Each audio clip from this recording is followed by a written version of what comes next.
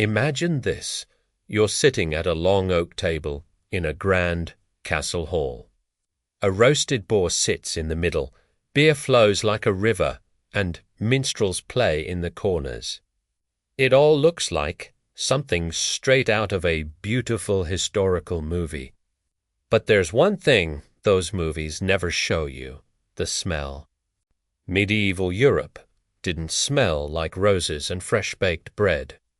It was a mix of smoke from the hearth, rancid animal fat, unwashed clothes, and people who bathed maybe once a month. If you were lucky. Myth number 1. People didn't bathe at all. Not true. They did, just rarely and in some pretty questionable ways. The biggest problem wasn't only the lack of hot water, it was fear.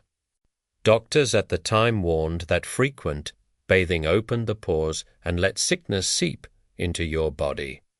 So, instead of washing, people found creative ways to hide the smell. The medieval deodorant, scented pouches. For the wealthy, they were made of silk. For common folk, rough linen. Inside, dried roses, lavender, rosemary, sage, sometimes even cinnamon or nutmeg. People sewed these right into their clothing, near the armpits or chest. The catch: the herbs soaked up sweat and eventually started smelling worse than the person. Then you'd replace them, if you could afford it. In some regions, men rubbed their armpits with bread. Yes, a slice of rye bread worked like a sponge, soaking up sweat. Afterwards, the bread was tossed away, or fed to the dogs and pigs.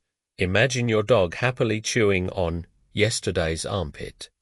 What about soap? It existed, but it wasn't exactly pleasant. Made from animal fat, ashes, and sometimes herbs. It smelled so strongly that after washing, your natural body odor mixed with the scent of burnt lard. No wonder many skipped it altogether, wiping down with a damp cloth or dabbing themselves with alcohol or vinegar baths. They existed too.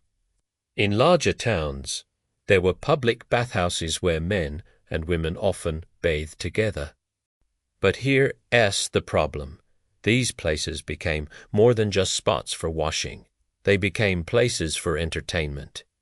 The church soon declared them sinful, and bathhouses slowly disappeared. Perfume and stink catchers. When soap and baths were luxuries, people turned to perfume. But don't picture the sweet floral scents we know today. Sometimes perfumes were made with turpentine or sulfur for health reasons. Just imagine that smell at a summer ball. And yet, smell was part of life.